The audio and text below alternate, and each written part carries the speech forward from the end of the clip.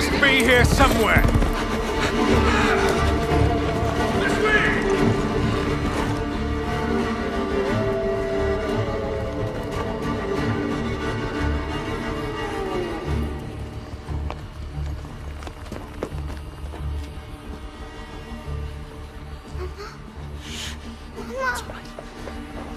It's all right. Lunka! Don't hurt her!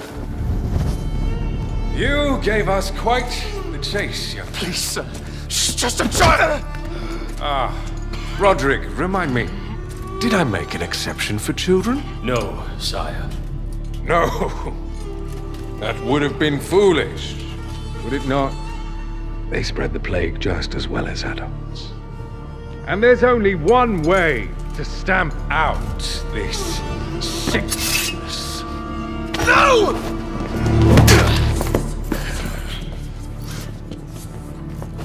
Not just a runner, but a fighter, too.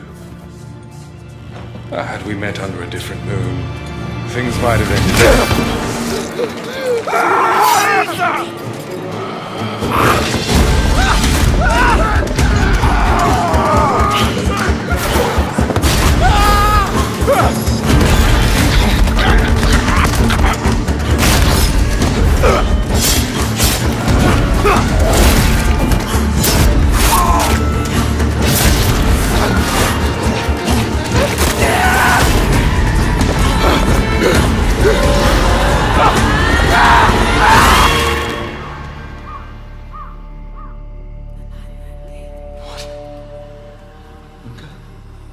Lunka!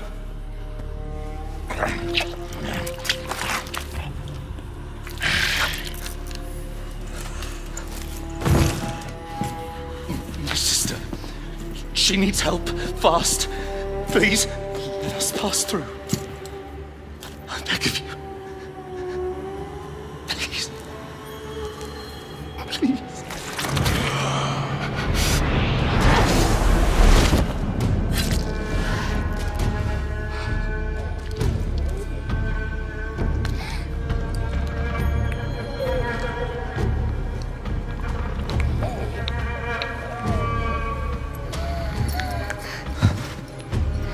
I don't know. How? I am life. I am death. I am everything in between. I have been watching your little valley. Pestilence, famine, killing. Blood spilled carelessly, like water. Things will be different now.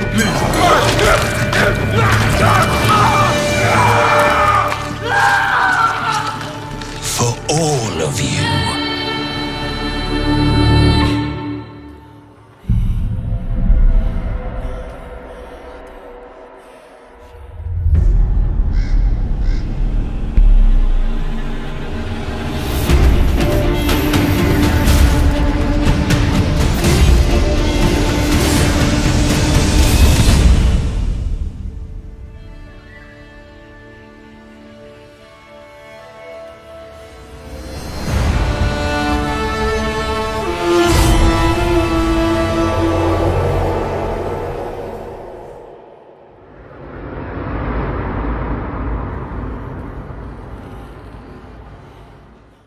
So the game takes place 2 years after the events shown in the intro, and this is just the beginning of a greater saga we were planning.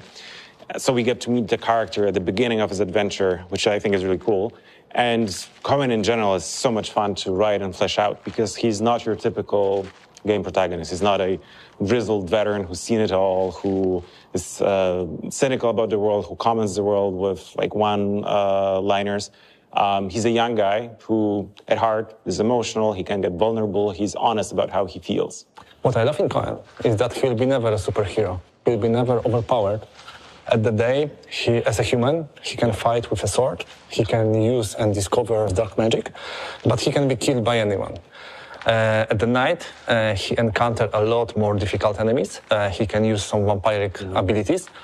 not only in combat, but also he can use it to explore the world and to see the world in a totally different way. Yeah, and he'll need all these cool superpowers because he's facing formidable enemies.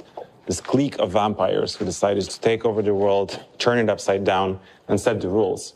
And they are led by this super old and immensely powerful vampire called Brensis. Our game is set in 14th century Europe, and it's a world in deep crisis. First, the continent has been ravaged by the plague, then wars, and now famine.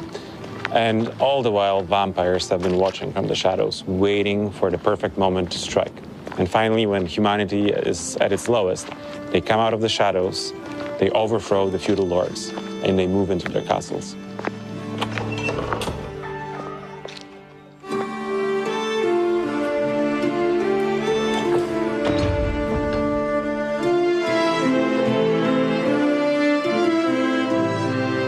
Vampires ruling the world is not necessarily the bad thing.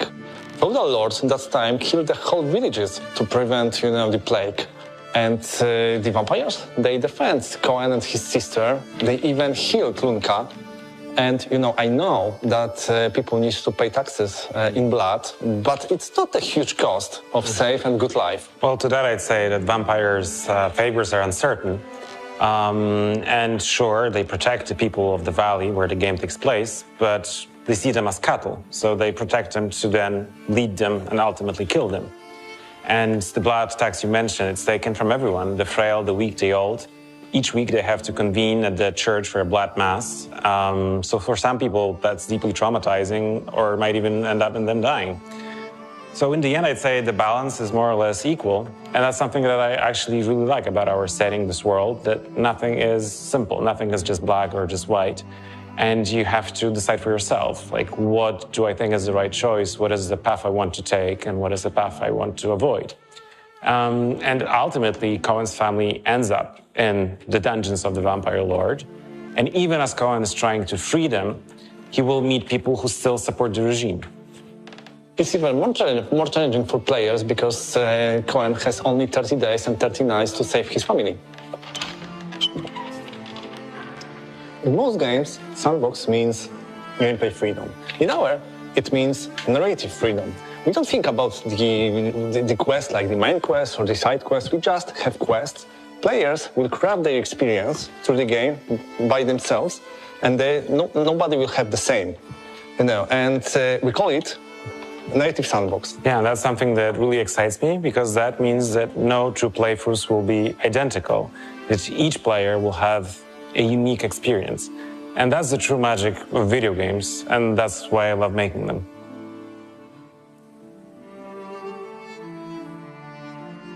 Man, look at this place. That would be perfect for the writing team. Not just for them. I love storytelling myself. Since I can remember, telling stories through images is what I love to do. Yeah. So when I received the first script for the Dawnwalker, I fell in love with it right away. I think for me, what got me was the concept art when I first saw those Carpathian villages hugging the mountain slopes, the valleys, forests, and then also the muddy streets of Svartrau and the long shadow of the cathedral. It all felt very authentic, muddy, and also very familiar, homely, and, well, Eastern European. Not just Eastern Europe. No, yeah. It's a mix of predominantly Romanian motifs with broader influences of Balkan cultures. Mm-hmm.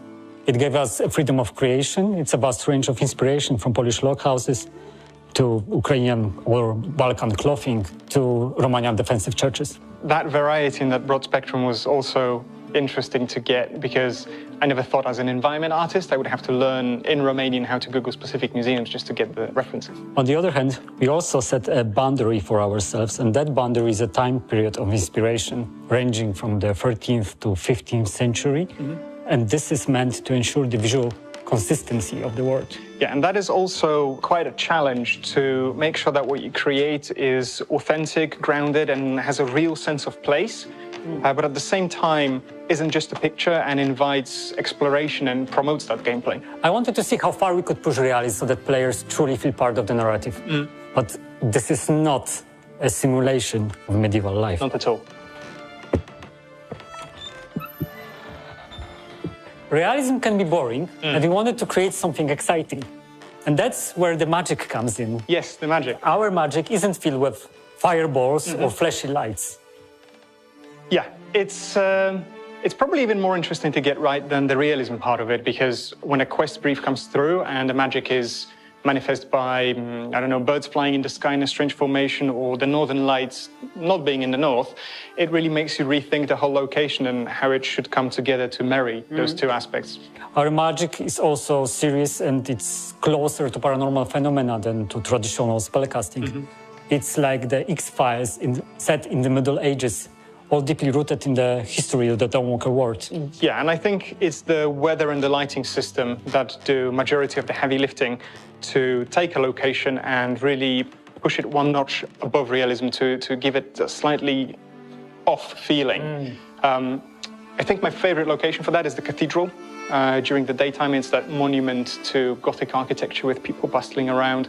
And then as soon as the sun starts setting in and the streets clear, the fog starts setting in, and it becomes a completely transformed, different area, very spooky, almost liminal, cemetery-like space. And that was also a very early and conscious choice on our part. We wanted the world to be a different place after the sun sets.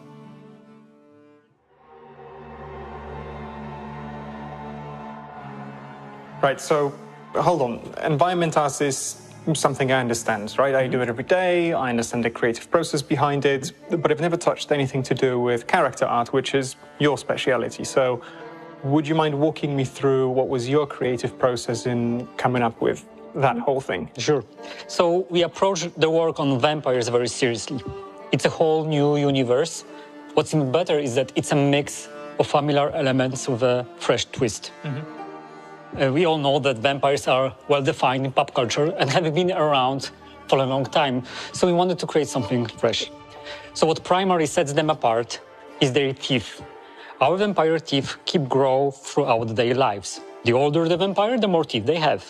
So instead of two sharp teeth, they have a series of needle-like fangs, densely growing from their jaws, often emerging from different parts of their skull as they age.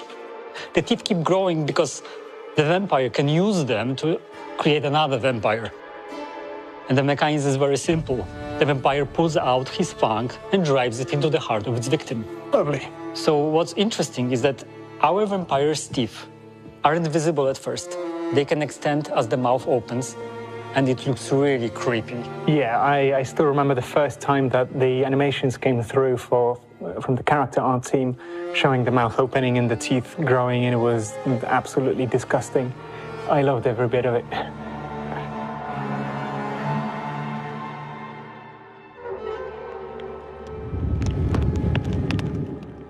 So Coen's Argyria, the silver poisoning he got when he was working in the mines, is both a blessing and a curse. Because on one hand, it weakens him. On the other hand, it protects him from becoming a vampire fully. So, you know, he gets to traverse both worlds, both the world of humanity and the world of the creatures of the night. Yeah, well, he was kind of used to dealing with the vampires since it's been like a couple years since Francis took over. Now he has to find a way to deal with things like undead lurking in ancient tombs that should have remained closed.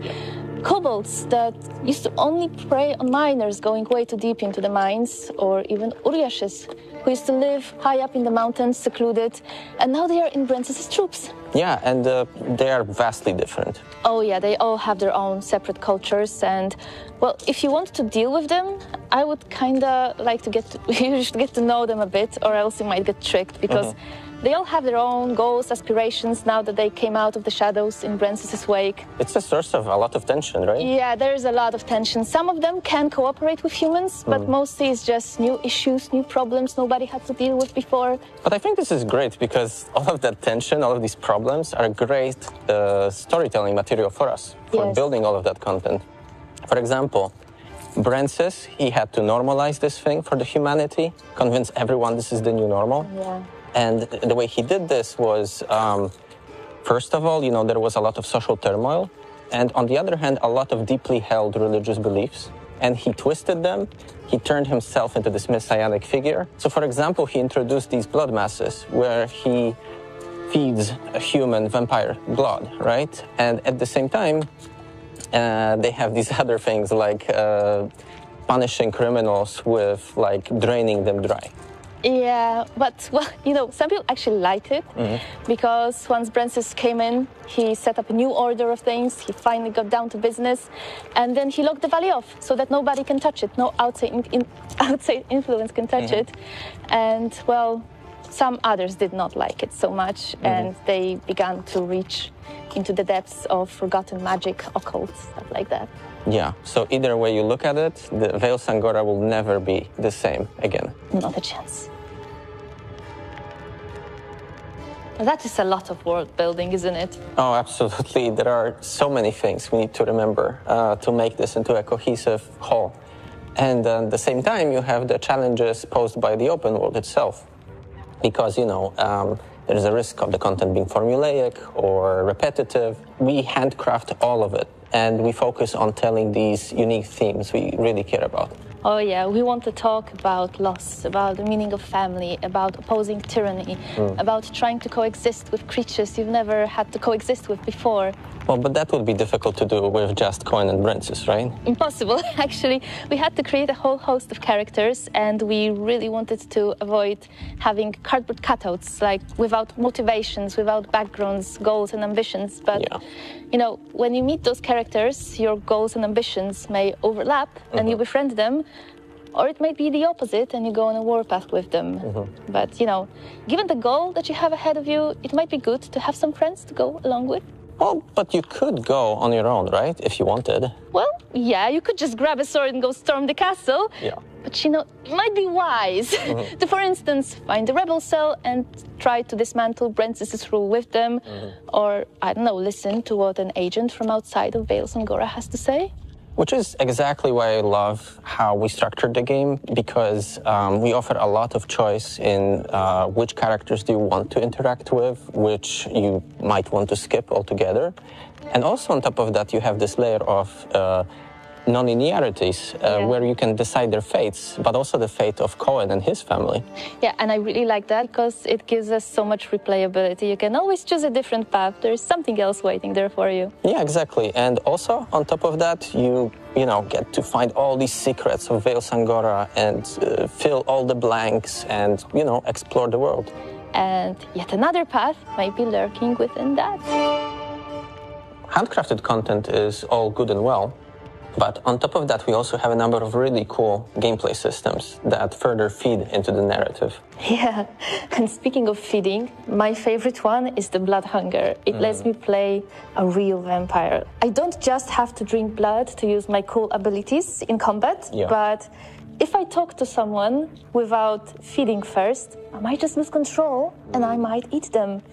And it's not going to be just any random peasant that I won't care about. I can eat my best friend, and I will break my heart, and I will break my quests. Yeah, so you better keep him well fed. Yeah, definitely. Do you have a fave? Yeah, I really enjoy the ones that are revolving around Francis, because, like, it makes him this active antagonist. You know, this means that he will basically react to what Coen is doing. He will pass these edicts that will hinder your path. So, for example, he might set up military checkpoints that will be on your way. That changes the world, right? Yeah, exactly. And also, you know, it's not just him running the show. It's also his 3 powerful vampire allies. Yeah, when I saw them in CGI, that was such a hype moment. Finally animated, voiced, and just loved it. Yeah, and on top of being cool characters, they also have their own, like, spheres of influence, and you get to dismantle their organization step by step, making it simpler for you to confront Francis and free your family. Well, when it comes to freeing your family, there is one more antagonist, that is time itself, because every time you do something important in the game, when you complete an objective or you complete a quest, time moves forward. Yeah, but what I really like about this also is it's not like real time. You actually get to control how much of this resource you want to spend, right? Yeah, you have to manage it wisely, but if you just want to enjoy the view or just take a stroll, you can without stress.